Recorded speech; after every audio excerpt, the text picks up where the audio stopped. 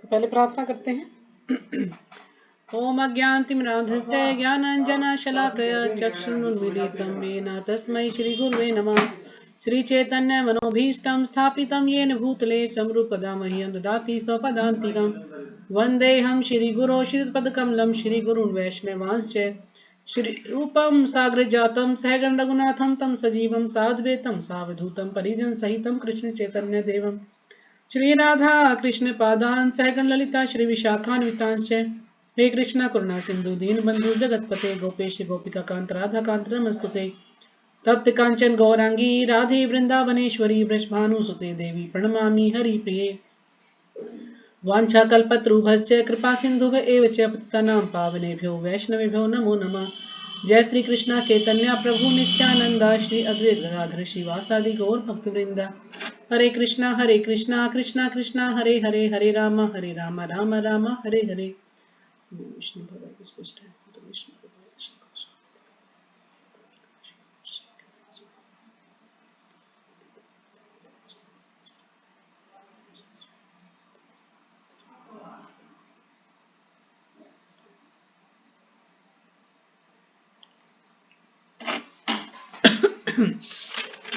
तो हमारा चैप्टर चल रहा है 9वां संत एवं ठग में भेद।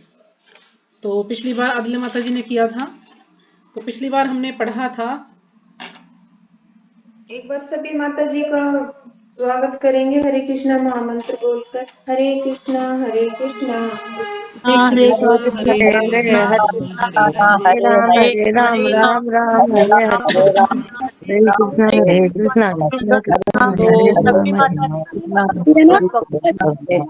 माता जी हरे राम राम राम हरे हरे, हरे कृष्णा कृष्णा कृष्णा हरे। तो पिछली बार जो है माता जी ने पढ़ा था, इसमें क्वेश्चन पूछा था पत्रकार ने। पत्रकार की और प्रपात जी के साथ वार्तालाप चल रही है इसमें। तो उन्होंने प्रश्न पूछा था कि कृष्ण कृपा मूर्ति ऐसा प्रतीत होता है कि पहले की तुलना में अधिकाधिक लोग किसी न किसी प्रकार के आध्यात्मिक जीवन की खोज में हैं। क्या आप मुझे बता सकते हैं कि ऐसा क्यों है? तो यानी वो पूछ रहे हैं कि आध्यात्मिक जीवन की खोज में सब कुछ ना कुछ खोज कर रहे हैं, भगवान के बारे में या किसी और वस्तु के बारे में, तो कुछ ना कुछ वो खोज कर रहे हैं। तो आध्यात्मिक जीवन यानी भगवान के बारे में कुछ वो खोज कर रहे हैं। तो यहाँ प्रभा जी समझा रहे थे कि उचित खोज यही है, कृष्ण भावनामृत ही जीवन का यथार्थ लक्ष्य है। तो वास्तव में हमारी उचित खोज क्या है? कृष्ण भावनामृत का जीवन के बारे में, कृष्ण भावनामृत के बारे में हमें खोज करनी चाहिए कि हम दुखी क्यों है, हमारा जन्म किस लिए हुआ है, हमें इसके बारे में खोज करनी चाहिए, ना कि हम और चीजों के बारे में खोज करें। तो दूसरा क्वेश्चन था कि स्पष्ट कहूं तो चिंता मुझे इस बात की है कि ब्रिटेन में कुछ समय पूर्व एक भारतीय योगी के आने के पश्चात जो यहाँ के लोगों के द्वारा सुना गया पहला गुरु था, सहसा ही अनेकानेक गुरु न जाने कहां से प्रकट हो गए। यानी उन्होंने पूछा कि इतने सारे गुरु पहले भी आए हैं तो क्या आप उन गुरुओं से कुछ अलग हैं? कुछ ऐसे वो पूछ रहा है कि इतने सारे गुरु आए, क्योंकि पहले भी भक्ति सिद्धांत सरस्वती महाराज के समय में भी काफी सारे जो है गुरु वहां पर गए थे, पाश्चात्य देशों प्रचार करने के लिए गए थे, लेकिन कोई भी वहां पर अच्छे से प्रचार नहीं कर पाया। तो तब उन्होंने जो है श्री प्रभुपाद जी को भेजा था कि आप जो है पाश्चात्य देशों में जाकर के प्रचार कीजिएगा। तो प्रभुपाद जी समझा रहे हैं यहाँ पर क्यों, क्योंकि लोग ठगे क्यों जाते हैं? इसलिए ठगे जाते हैं क्योंकि वो शॉर्टकट चाहते हैं। क्योंकि आजकल के जो गुरु हैं वो क्या बोलेंगे, ठीक है चाय भी पियो, तुम लहसुन प्याज कॉफी सब कुछ ले सकते हो, कोई परेशानी नहीं है, बस भगवान का नाम लो। तो इस प्रकार से वो बताते हैं, या वो ऐसा कोई मंत्र देंगे कि मैं कान में बताऊंगा, ये मंत्र तो आपको किसी को बताना नहीं है। तो ऐसे लोगों को गुरु बनाना ज्यादा पसंद करते हैं आजकल के लोग। क्यों? क्योंकि कोई भी नियम में बंध के रहना नहीं चाहता, सबको स्वतंत्रता चाहिए। अगर अब इस्कॉन में क्या है कि इस्कॉन में कम लोग ज्यादा पसंद करते हैं। क्यों? क्योंकि वहां पर नियम है, प्रभुपाद जी ने नियम दिए हैं, सबको नियम है, तो वो लोग कतराते हैं, सोचते हैं कि तुम जो है जीते कैसे हो बिना प्याज लहसुन के, चाय कॉफी के, या जो है अवैध स्त्री पुरुष संग के, तुम कैसे जीते हो, शराब मांस कैसे मतलब जीवन यापन हो सकता है इसके बिना। तो उनको बड़ा अजीब सा लगता है जब उनको इस तरह के नियम बताए जाते हैं, विदेशी भक्तों को जो कि मांस ज्यादा खाते हैं, तो उन्हें अजीब लगता है। लेकिन प्रभुपाद जी कहते हैं कि नहीं, मेरे यहाँ पर तो इतने सारे नियम करने ही पड़ते हैं, इसलिए यहाँ पर लोग कम आते हैं। जैसे प्रभा जी से पत्रकार ने पूछा कि परंतु उस व्यक्ति के लिए क्या किया जाए जो गंभीरतापूर्वक आध्यात्मिक जीवन प्राप्त करना चाहता है परंतु उसे असद गुरु की ही प्राप्ति हो जाती है। तो वो पूछ रहा है कि कोई गंभीरतापूर्वक, कोई सीरियस है भक्ति के प्रति, अच्छे से भक्ति करना चाहता है लेकिन उसे असद गुरु की प्राप्ति हो जाती है, यानी उसको गुरु सही नहीं मिलता है। तो प्रभा जी समझा रहे कि जब केवल आप एक साधारण सी शिक्षा प्राप्त करना चाहते हैं तो उसके लिए आपको इतना समय, परिश्रम एवं बुद्धि प्रयुक्त करनी पड़ती है। उसी प्रकार यदि आप आध्यात्मिक जीवन ग्रहण करने जा रहे हैं तो आपको अवश्य ही गंभीर बनना पड़ेगा। यदि हम कोई भी शिक्षा लेते हैं तो हम अच्छे से जो है पढ़ाई करते हैं तभी हम उसमें पास हो जाते हैं। तो इसी प्रकार से जब हम और चीजों को महत्व देते हैं हमें भक्ति को भी महत्व देना चाहिए। अच्छे से हमें उसकी जो है खोजबीन करनी चाहिए, पढ़ाई करनी चाहिए। ये कैसे संभव है कि केवल कुछ अद्भुत यंत्रों के द्वारा कोई 6 माह में भगवान बन जाए? लोग ऐसा चाहते ही क्यों हैं? इसका अर्थ हुआ कि वे ठगे जाना चाहते हैं। तो ब्रज जी कहते हैं कि 6 महीने में कौन भगवान बन सकता है? वो कहते थे कि हाँ इतने दिन यूपी करो तो भगवान बन जाओ, ऐसे कोई भगवान नहीं बन सकता।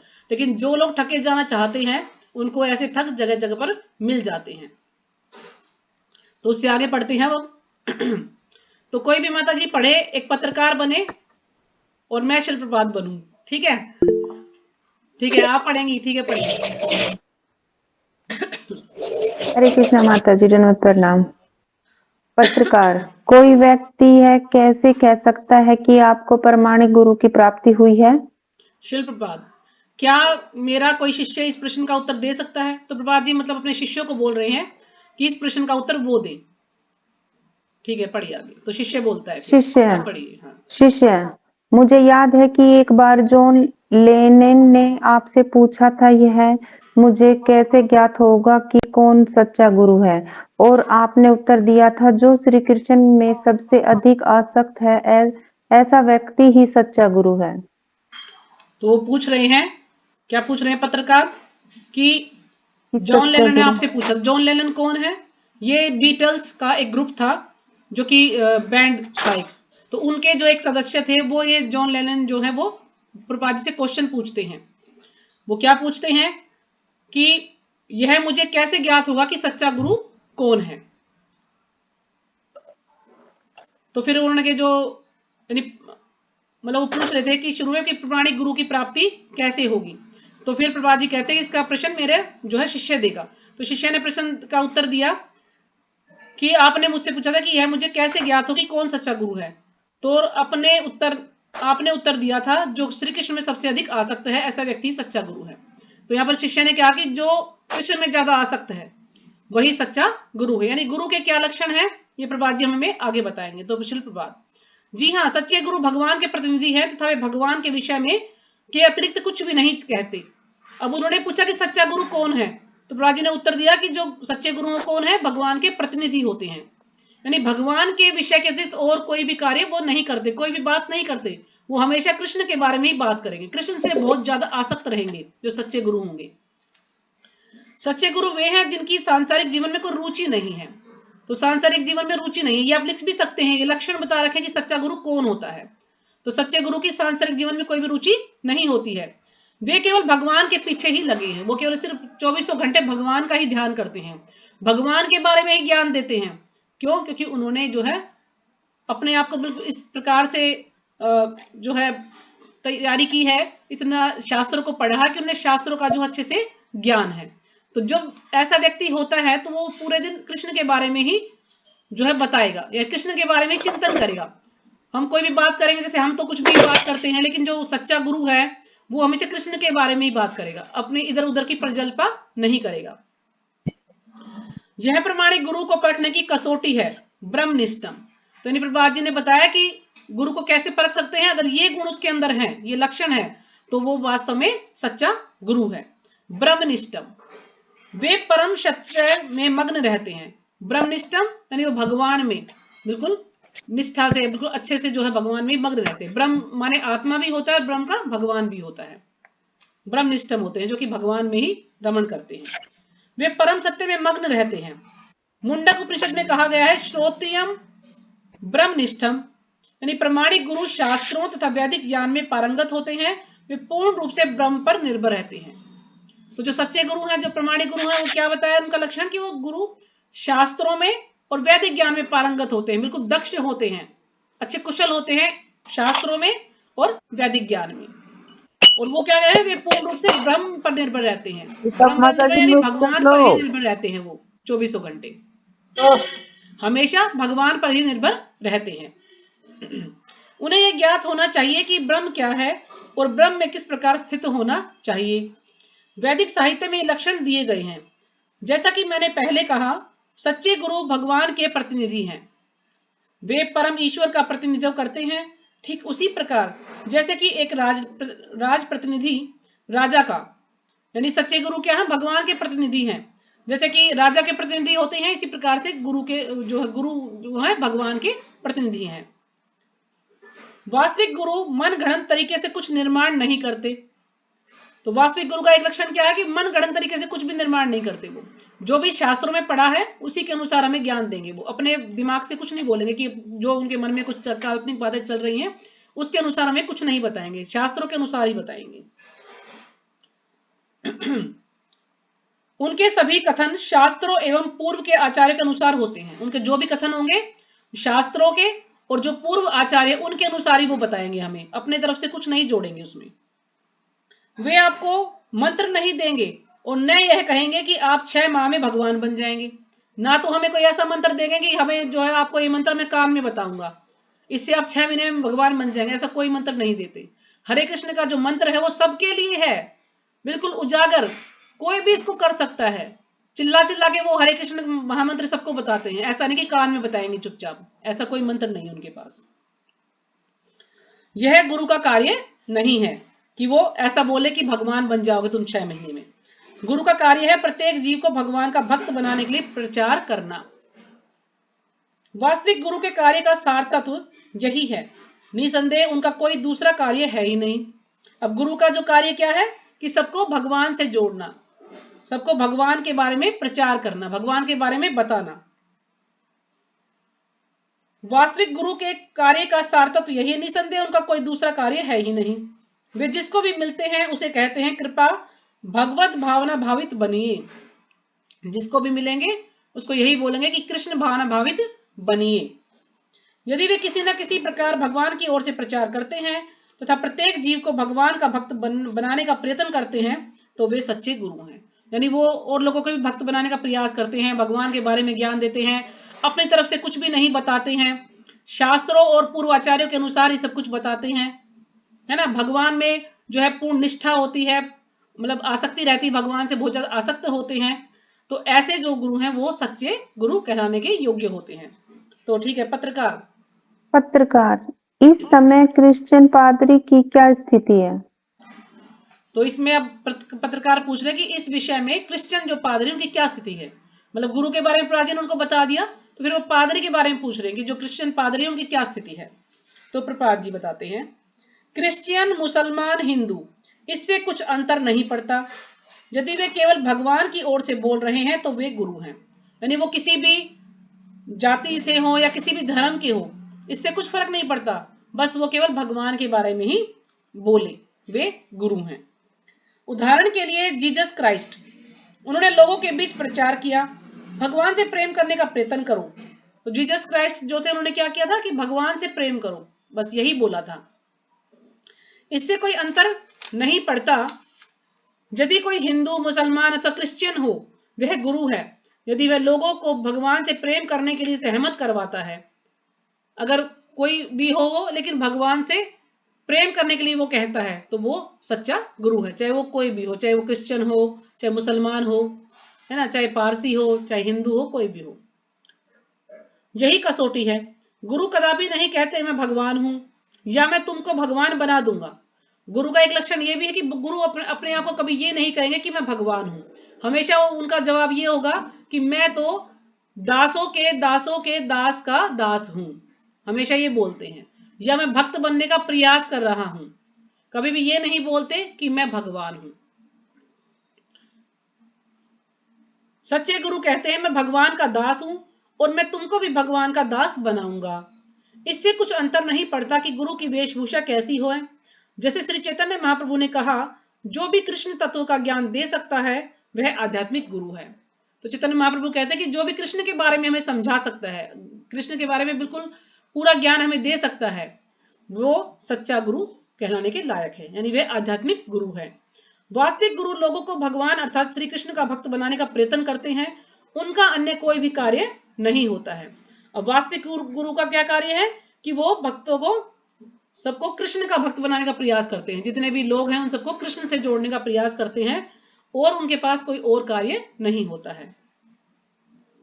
पत्रकार, तुरंत बुरा गुरु, परंतु बुरा गुरु। बुरा गुरु क्या होता है?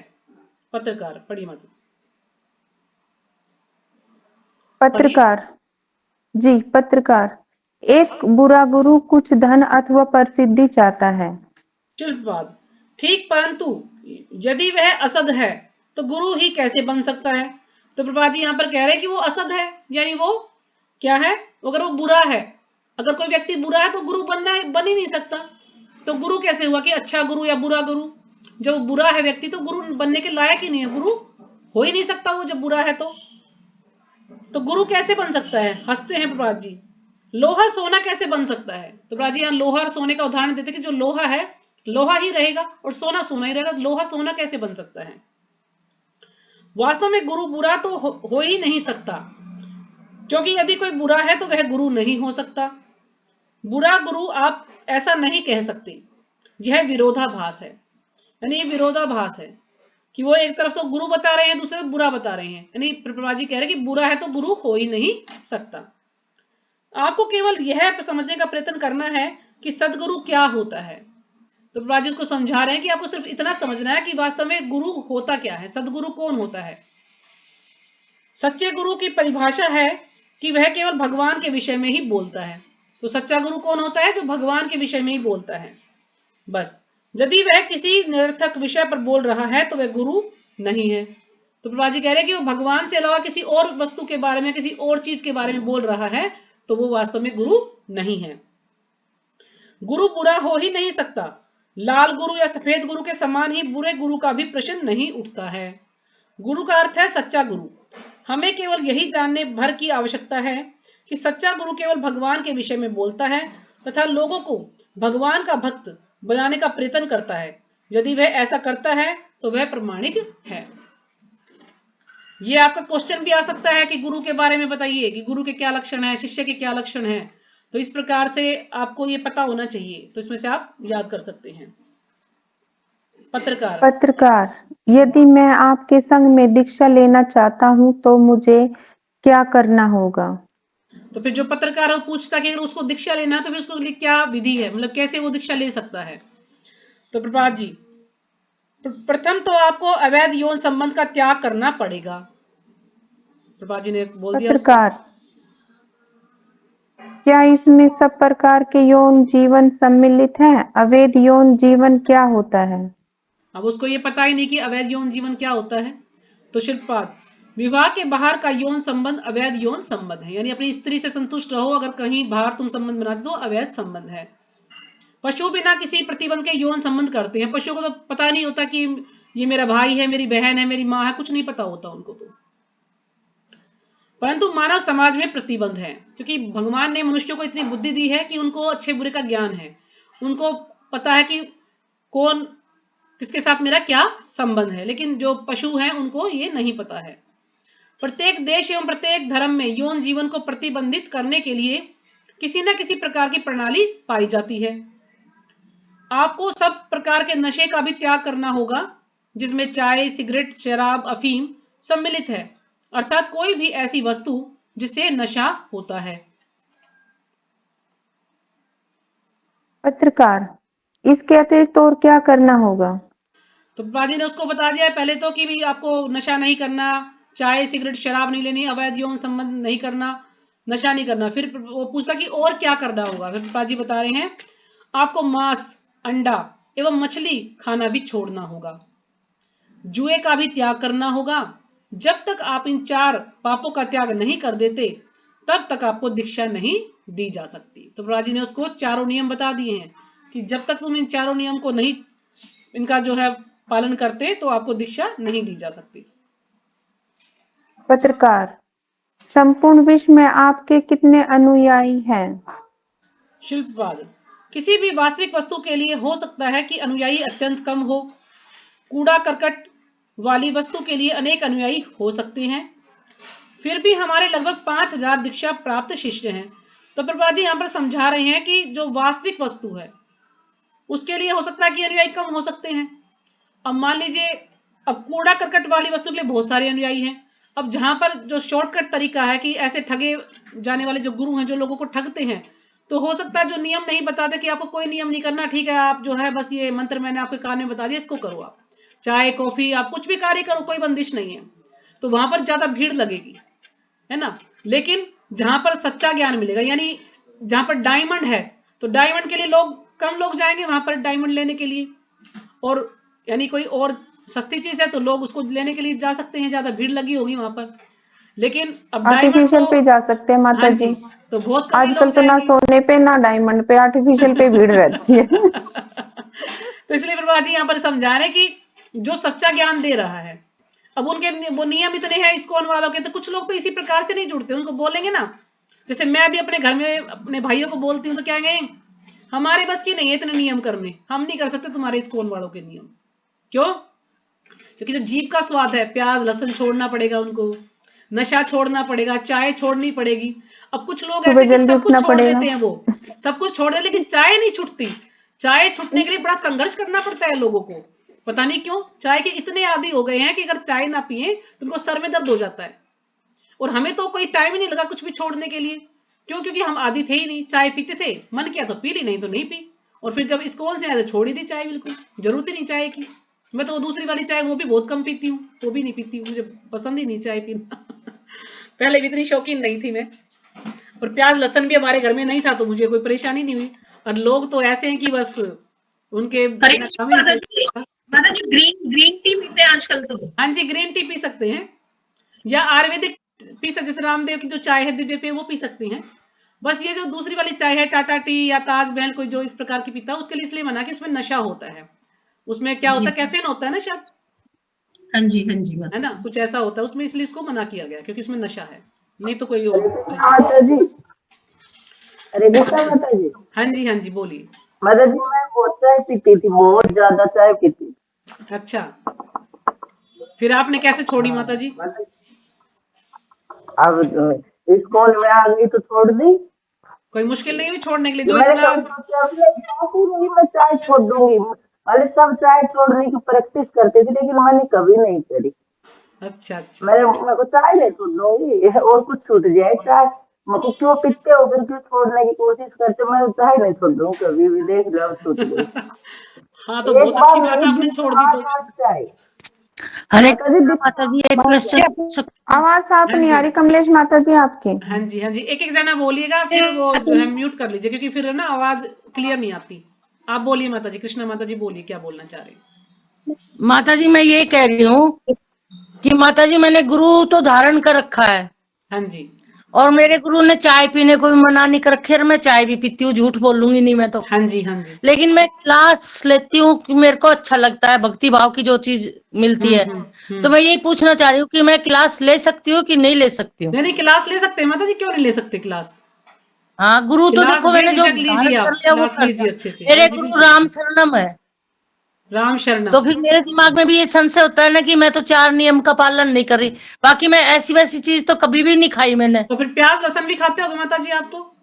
हाँ, प्याज लहसुन भी खाती हूँ। हाँ तो देखो कोई बात नहीं, आप जो है क्लास सुनते रहिए, भगवान की कृपा होगी तो क्या पता आप अपने जो आप ही छोड़ देंगी सब कुछ। ऐसा हमें ना तो माता करने जी, की जो जरूरत घर में बनता है खाना वही खाती हूँ। है। हाँ देखो ना, बिल्कुल बिल्कुल माता जी, अपने कोई लिए मैं परहेज नहीं अलग है, से तो लेकिन बना क्लास नहीं अवश्य सकती हूँ। सुनिएगा आप। इसलिए आज मैंने ये क्वेश्चन आपसे पूछा है कि भाई मैं क्लास ले रही हूँ आपकी, तो मेरी इसमें कोई गलती तो नहीं हो रही है? नहीं नहीं नहीं, क्लास लीजिए आप, कोई गलती नहीं है, क्लास लीजिएगा। ठीक है माता जी, दंडवत प्रणाम, हाँ क्षमा जी, करना माता जी, प्रणाम माता जी, बीच में। कोई बात नहीं, आप क्लास ले सकते हैं, ऐसा कुछ नहीं। गीता माता जी अपना चाय का एक्सपीरियंस दीजिए। हाँ जी, गीता माता जी आप भी कुछ बोल रहे थे? गीता माता जी कुछ बोलना है? चाय तो कोई नहीं पीता था। चाय कोई नहीं पीता हरे था? कृष्णा माता जी। हाँ जी, हरे कृष्णा, बोलिए। लेकिन मेरी चाय आप रोटी को किया और पता नहीं माता कहाँ जी चली। आपकी आवाज नहीं आवाज आ रही क्लियर गीता नहीं है, माता। आप नेटवर्क दिक्कत है आपकी ना, आज का आवाज क्लियर नहीं है आपकी। जब आवाज क्लियर हो जब बोलना आप। राधा कुंड में नहीं है इसलिए। अच्छा अच्छा, इसलिए आवाज नहीं आ रही क्लियर, कोई नहीं। पढ़ूं पत्रकार? हाँ हाँ जी, बोली माता जी, आगे पढ़ी। पत्रकार, संपूर्ण विश्व में आपके कितने, ये तो पढ़ दिया। हाँ जी, अगला। पत्रकार, क्या कृष्ण भावनामृत अभियान की वृद्धि हर समय होती रहती है? तो पत्रकार क्या पूछता है कि क्या कृष्ण भावनामृत अभियान की वृद्धि हर समय होती रहती है, उसमें कुछ बढ़ोतरी होती रहती है?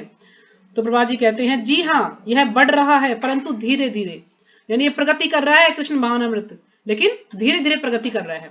इसमें इतनी जल्दी से शिष्य नहीं बनते जितना कि और जो गुरु हैं उनके शिष्य बन जाते, क्योंकि वहां पर कोई भी नियम नहीं है, लेकिन यहाँ पर नियम है, तो इसलिए लोगों को सोचना पड़ता है, इसलिए संख्या कम है यहाँ पर।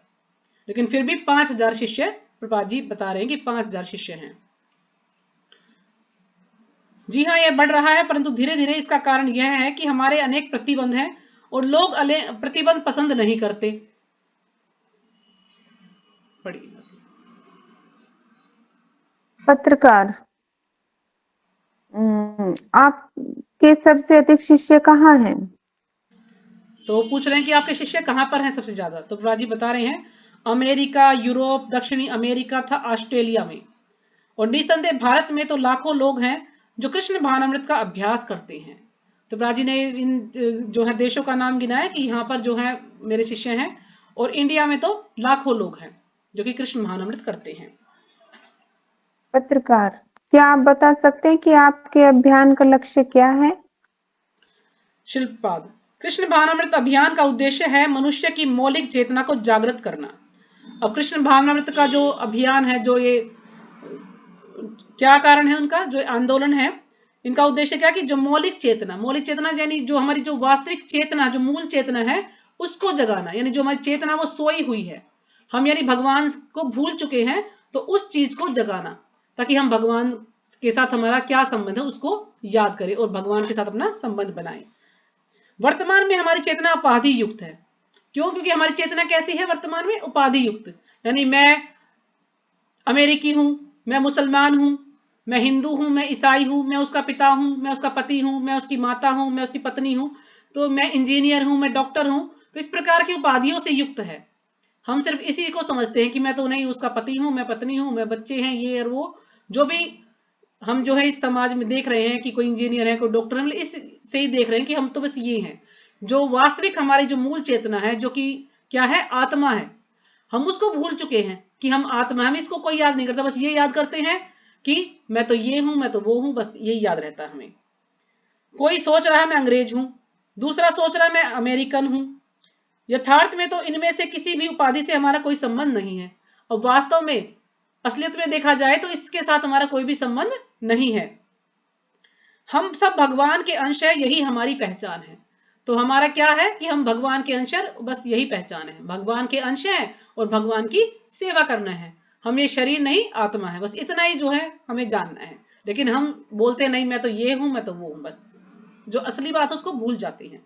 यदि प्रत्येक व्यक्ति केवल इस भावना के स्तर तक आ जाए तो विश्व की समस्त समस्याओं का हल हो जाएगा। अगर प्रत्येक व्यक्ति इस स्तर पर आ जाएगा तो जो विश्व में जो इतनी सारी समस्याएं हैं उन सब का समाधान हो जाएगा। तब हम जान सकेंगे कि हम एक हैं, अर्थात समान गुण वाले आत्मा है। तब हमें पता लगेगा कि हम सब एक ही हैं, एक ही गुण वाली आत्मा है, सबके अंदर जो है एक जैसे ही गुण हैं, सब समान है, प्रत्येक में समान गुण वाले आत्मा है। यद्यपि वेशभूषा भले ही भिन्न हो, यह व्याख्या श्रीमद् भगवद गीता में दी गई है कि हमारी सबकी वेशभूषा अलग हो, हमारे धर्म अलग हो, हमारी बोलचाल अलग हो, लेकिन सबके अंदर क्या है, आत्मा एक ही है, और आत्मा के अंदर सबके अंदर एक जैसे ही गुण है। कृष्ण भावनामृत वास्तव में एक शुद्धि कारक विधि है। सर्वोपाधि विनिर्मुक्तम, श्री चैतन्य चरितामृत मध्य 19.170। इसका उद्देश्य लोगों को सब उपाधियों से मुक्त करना है। तत्परत्वेन निर्मलम, जब हमारी चेतना सब प्रकार की उपाधियों से मुक्त हो जाती है, तब अपनी उन निर्मल इंद्रियों द्वारा किए गए कार्य हमको पूर्ण बनाते हैं। अंततः हम मानव जीवन की आदर्श पूर्णता पर पहुंच जाते हैं। तो कृष्ण भावनामृत वास्तव में क्या है, एक शुद्धि कारक विधि है, एक सबसे जो है शुद्ध विधि है, जिसके द्वारा इसका उद्देश्य क्या है कि सब उपाधि से मुक्त करना, यानी लोगों को इस जो उपाधियों से जो युक्त हैं इससे मुक्त करना है कि हम ये नहीं, हम वास्तव में क्या है, हम आत्मा हैं, हम भगवान के अंश हैं, हमारा कार्य भगवान की सेवा करना, इन उपाधि से मुक्त करना है। तब अपनी उन निर्मल इंद्रियों द्वारा किए गए कार्य हमको पूर्ण बनाते हैं। तो जब हम जो भी कार्य करेंगे अपनी जो निर्मल इंद्रियां, हमारी जो स्वच्छ इंद्रियां हैं, उनसे हम जो है सही कार्य कर पाएंगे, और जब हम अच्छे कार्य करेंगे तो फिर हम पूर्ण बन जाएंगे। अंततः हम मानव जीवन की आदर्श पूर्णता पर पहुंच जाते हैं, और फिर हम जो मानव जीवन की जो वास्तव में जो पूर्णता है, आदर्श पूर्णता, उस पर हम पहुंच जाएंगे। यदि हम अच्छे से, यदि भगवान की भक्ति में जुड़ जाते तो हमारी चेतना शुद्ध होगी, हमारी चेतना शुद्ध होगी तो हमारी इंद्रियां भी शुद्ध होंगी, वो अच्छे कार्य करेंगे, भगवान के लिए कार्य करेंगे। कृष्ण भावनामृत एक अत्यधिक सरल विधि है, इसके लिए एक महान दार्शनिक, वैज्ञानिक आदि बनना आवश्यक नहीं है। तो इसके लिए यानी कृष्ण भावनामृत एक आसान विधि है, यानी इसके लिए जरूर नहीं कि हम वैज्ञानिक बने या हम दार्शनिक बने या हम डॉक्टर बने तो हम इस ज्ञान को ले सकते, नहीं, कोई भी इसको ले सकता है, कोई भी इसको समझ सकता है। हमें केवल भगवान के पवित्र नामों का कीर्तन करने की एवं समझने की आवश्यकता है कि उनका स्वरूप, उनका नाम था, उनके गुण, ये सभी परम है। तो हमें क्या समझना है, चाहे हम कोई भी उपाधि से युक्त हो या ना हो, या हम पढ़े लिखे हो या ना हो, कोई भी हो, चाहे स्त्री पुरुष बच्चा कोई भी हो, हमें सिर्फ एक कार्य करना है कि जो भगवान के जो पवित्र नाम है उनका कीर्तन करना है, और उनके स्वरूप को समझना है कि आखिर भगवान कौन है। भगवान जो है साकार रूप में है, भगवान निराकार रूप में भी है, भगवान साकार रूप में भी है, उनका स्वरूप क्या है। तो भगवान का वास्तव में जो स्वरूप है वो है त्रिभंग ललित श्याम सुंदर रूप। तो त्रिभंग ललित श्याम सुंदर रूप जो भगवान का वास्तविक स्वरूप है, हम उसी पर हमें जो है ध्यान लगाना है, उसी का चिंतन करना है। उनका नाम कृष्ण है, नाम तो बहुत है भगवान के, माधव है, कृष्ण है ना, कितने सारे नाम है, अभी मुझे याद नहीं आएंगे, बहुत सारे नाम है भगवान के, आपने जो है सबने सुने होंगे। तो कितने नामों से भगवान को पुकारा जाता है, और उनके गुण, उनके अंदर 6 ऐश्वर्य हैं। भगवान के अंदर वैसे 64 गुण बताए गए हैं, यानी 64 गुण, सबसे ज्यादा गुण भगवान के अंदर हैं। और जो जैसे शिव जी हैं उनके अंदर शायद 55 गुण हैं, और जो ब्रह्मा जी उनके अंदर 50 गुण हैं। इस प्रकार से सबके अंदर अलग अलग गुण हैं, और जो नर नारायण हैं उनके शायद 60 गुण हैं। तो सबसे ज्यादा गुण जो है कृष्ण भगवान में ही है। तो यानी उनके गुण के, उनके नाम और उनके जो पवित्र नामों कीर्तन, उन सब का ही हमें कीर्तन करना है, चिंतन करना है बस, और हमें कुछ करने की आवश्यकता नहीं है। कृष्ण भावनामृत एक महान विज्ञान है। दुर्भाग्यवश विश्वविद्यालयों में इस विज्ञान के लिए कोई विभाग नहीं है। अब विश्वविद्यालयों में या स्कूलों में सब कुछ पढ़ाया जाएगा, लेकिन भगवान के बारे में कुछ नहीं पढ़ाया जाता। जो हमारा जो वास्तविक ज्ञान है उसके बारे में कुछ भी शिक्षा नहीं दी जाती, क्योंकि स्कूलों में भी ये शिक्षा लागू करनी चाहिए। अतः मानव समाज के कल्याण में रुचि रखने वाले सभी गंभीर मनुष्यों को इस महान अभियान को समझने के लिए, और यदि संभव हो तो इसमें भाग लेने का तथा सहायता प्रदान करने के लिए निमंत्रित करते हैं। इससे विश्व की समस्याएं हल हो जाएंगी, है ना। यदि सब लोग गंभीर रूप से, सब गंभीर हो जाएं भक्ति के प्रति, सब इसमें अच्छे से भाग ले बढ़ चढ़कर, तो जो इतनी सारी जो समस्याएं हैं हमारे विश्व में, संसार में जो इतनी सारी समस्याएं हैं, उनका कुछ ना कुछ समाधान हो जाएगा। आध्यात्मिक ज्ञान के सर्वाधिक महत्वपूर्ण एवं प्रमाणिक ग्रंथ श्रीमद् भगवद गीता का यही निर्णय है। आप में से अनेक व्यक्तियों ने श्रीमद् भगवद गीता के विषय में सुना होगा। हमारा अभियान इस पर आधारित है। भारत के सभी महान आचार्यों जैसे कि रामानुजाचार्य, श्री मध्वाचार्य, भगवान श्री चैतन्य तथा अनेक अन्य महाजनों द्वारा हमारा अभियान अनुमोदित है। तो इतने बड़े बड़े आचार्यों का नाम इसमें दिया गया है कि रामानुजाचार्य हैं, चैतन्य महाप्रभु हैं, मध्वाचार्य हैं। इन सब ने क्या किया है, जो ये क्या है, ये अन्य महाजन हैं। और महाजन ये तो हमारे आचार्य, लेकिन हमारे 12 महाजन भी हैं जो कि भगवान को तत्व से जानते हैं, भगवान के बारे में उन्हें पूरा बारीकी से, मतलब पूरा अच्छा उनको ज्ञान है। तो महाजनों द्वारा हमारा अभियान अनुमोदित है, यानी इन लोगों के द्वारा हमारा जो अभियान है ये चल रहा है, ये प्रमाणिक है, अनुमोदित है। यानी आप सब समाचार पत्रों के प्रतिनिधि हैं, अतः मैं आपसे प्रार्थना करता हूं कि मानव समाज के कल्याण के लिए इस अभियान को यथासंभव समझने का प्रयत्न करें। यानी आप जो हैं क्या है, आप पत्रकार हैं, तो आप सब जो हैं इसको समझने का प्रयास करें, प्रयत्न करें, इस जो एक कृष्ण भावनामृत है इसके बारे में समझने का प्रयास करें आप लोग। अब बात यह है कि कुछ लोग बोलते हैं कि भाई अगर प्याज लहसुन नहीं खाएंगे या हम मांस नहीं खाएंगे तो इससे क्या होगा। अब आप देखिए, जो व्यक्ति मांस खाता है तो क्या उसके अंदर दया होगी? उसके अंदर दया नहीं होगी बिल्कुल भी, जो मांस खाता है। अब जो नशा करता है तो वो भी ऐसा ही है, उसको अपना होश ही नहीं रहेगा कि वो क्या करने जा रहा है। वो इतना नशे में इतना बेसुध हो जाता है, उसको कुछ नहीं पता रहता।